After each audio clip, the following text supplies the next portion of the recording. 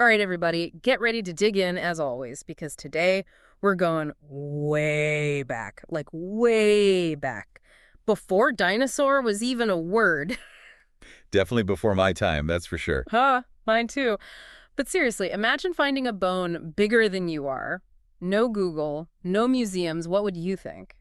I'd probably freak out a little, to be honest. It'd be like something out of a movie. Totally. And that's what's so cool about this deep dive. We're looking at how ancient cultures explained dinosaur fossils, back when myths and legends were the main way to understand the world. Right, because everyone loves a good story. And it's like their mythology was coming to life right before their very eyes. Exactly. Our source material gets into all of this. Like, we've all heard the Greeks thought these giant bones meant giants actually existed. Oh, absolutely. The ancient Greeks and their heroes and epic tales. It's like finding those bones just confirmed what they already believed about gods and monsters roaming the earth. Think Homer's Odyssey, larger-than-life figures were their jam. It's like stepping right into one of those stories. But it's interesting how each culture had its own take on it, right? Like, the Chinese, they were all about dragons, but not in a scary way. Exactly. Dragons were super powerful, and lucky for them, these weren't just some old bones, they were practically magic. They even used them in medicine. Talk about a mythical cure-all. Wow. So instead of being scared, they were like, sweet dragon bones. Pretty much each culture kind of fit the fossils into their existing beliefs. Makes sense. So, if the Greeks had their heroes and the Chinese had their dragons, what about the Romans? Did they have their own version of Dinomania? Oh, totally. The Romans were a lot like the Greeks, always drawing parallels with their own mythology.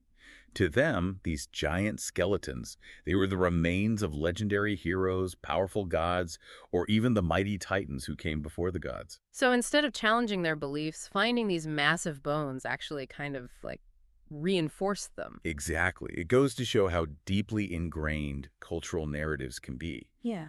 But here's where it gets really interesting. Even amidst all these myths and legends, we start to see the very, very beginnings of scientific curiosity emerging. Oh, you mean like actual attempts to explain these fossils outside of like a cyclops did it? Exactly. You have guys like Herodotus, the ancient Greek historian. He found seashells and stuff up in the mountains, and he was like, whoa, that's weird. He thought maybe a big flood had brought them there. Okay, so still kind of connecting it back to old stories. Right, but the important thing is he was observing, trying to find a real-world explanation, even if he didn't quite have all the pieces of the puzzle. He was like a detective at a prehistoric crime scene, so who else was trying to crack the case? Well, you've got Pliny the Elder, a Roman scholar. He wrote about all sorts of creatures, probably dinosaurs, so he called them fantastic creatures. But the way he described them, you can tell he was relying more on what he saw than just making stuff up. Like they were right on the verge of figuring it out. So they're starting to think a bit more scientifically. But who really moves the needle from myth to, well, not quite science, but something closer? That's where Ibn Sina comes in, known as Avicenna in the West, 11th century, during the Islamic Golden Age. Oh, right. Avicenna, the famous doctor and philosopher. What did he think about all these ancient bones lying around? We'll get this. He thought they were formed from liquids that seeped into things and eventually turned to stone. I mean, we know that's not how it works. Yeah, not quite. But it's still a giant leap from Zeus put them there. Exactly. Avicenna was way ahead of his time, trying to find natural explanations based on what they knew about science back then. He really pushed the boundaries of understanding. So we're seeing a slow shift from pure myth to something a little more like scientific thought. But those ancient bones still had an aura of mystery around them. Totally. And that leads us to a word that perfectly captures this whole era of thinking.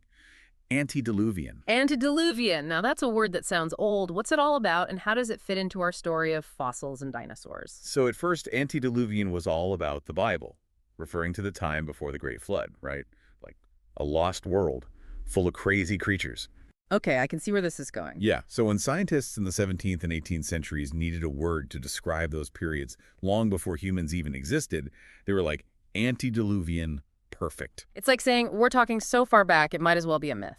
Exactly. They knew they were just starting to uncover Earth's history, and it was just as mind-blowing and unknown as any myth or legend.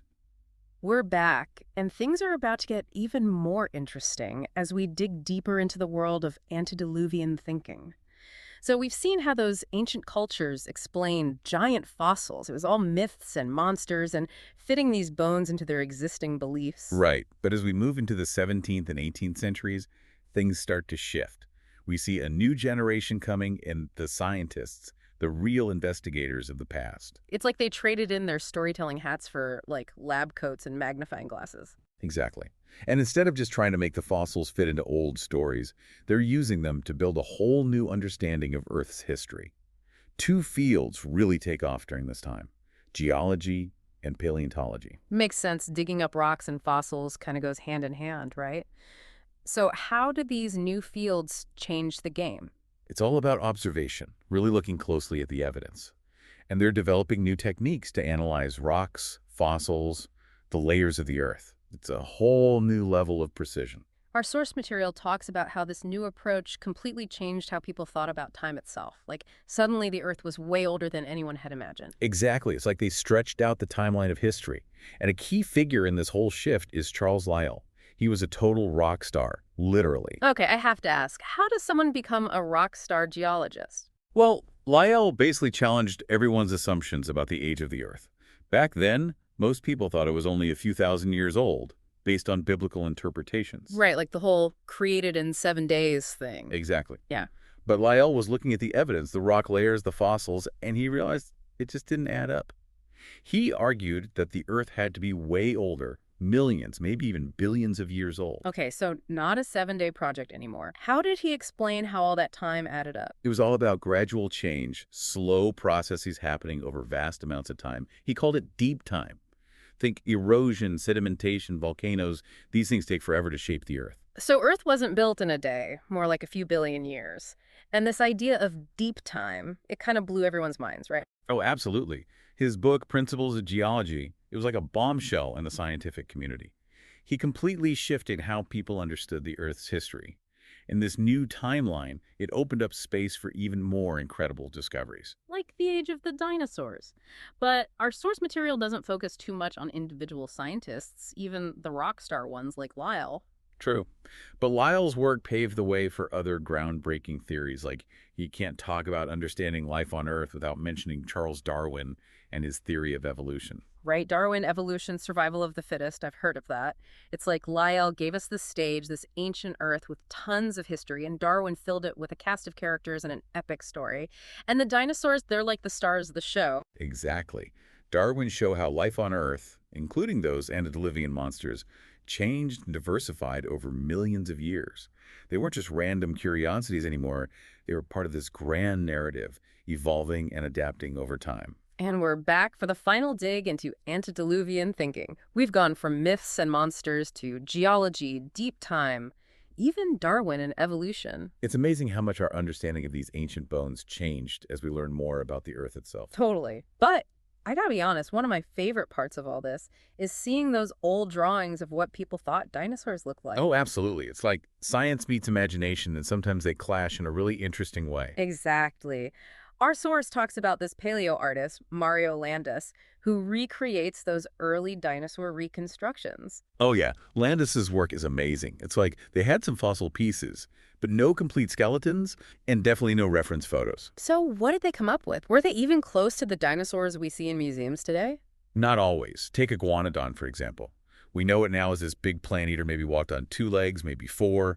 But early on, they thought it was this massive thing, like all fours, kind of lumbering around with a huge horn on its nose. A horn, like a rhino went back in time. Exactly. They were working with what they had, but that horn, turns out it was actually a thumb spike, totally misplaced. Oops. Someone had one job, figure out where the thumb goes. Right, and it wasn't just the iguanodon. Megalosaurus, this scary predator, they thought it was like a giant lizard dragging its tail on the ground. Now we know it was way more agile walking on 2 legs. It just goes to show how far we've come. We've gone from giant lizard to knowing about their skin, maybe even what colors they were, even how they interacted with each other. And we couldn't have gotten here without those early attempts, even if they seem a bit off now. It's all part of the process of discovery. True, true. Makes you wonder what people will think about our ideas about dinosaurs hundreds of years from now. Right. Maybe we'll be the ones with the charmingly misguided ideas. But that's what makes all this so exciting. There's always something new to discover, new ways of seeing the past. That's a wrap on antediluvian thinking, everyone. We've covered a lot of ground, from ancient myths to the birth of paleontology. Big thanks to our expert for taking us on this journey through time and interpretation. It's been my pleasure. And to our amazing listeners, thank you, Ishi, for joining us. Keep those minds curious, and maybe we'll see what you out there.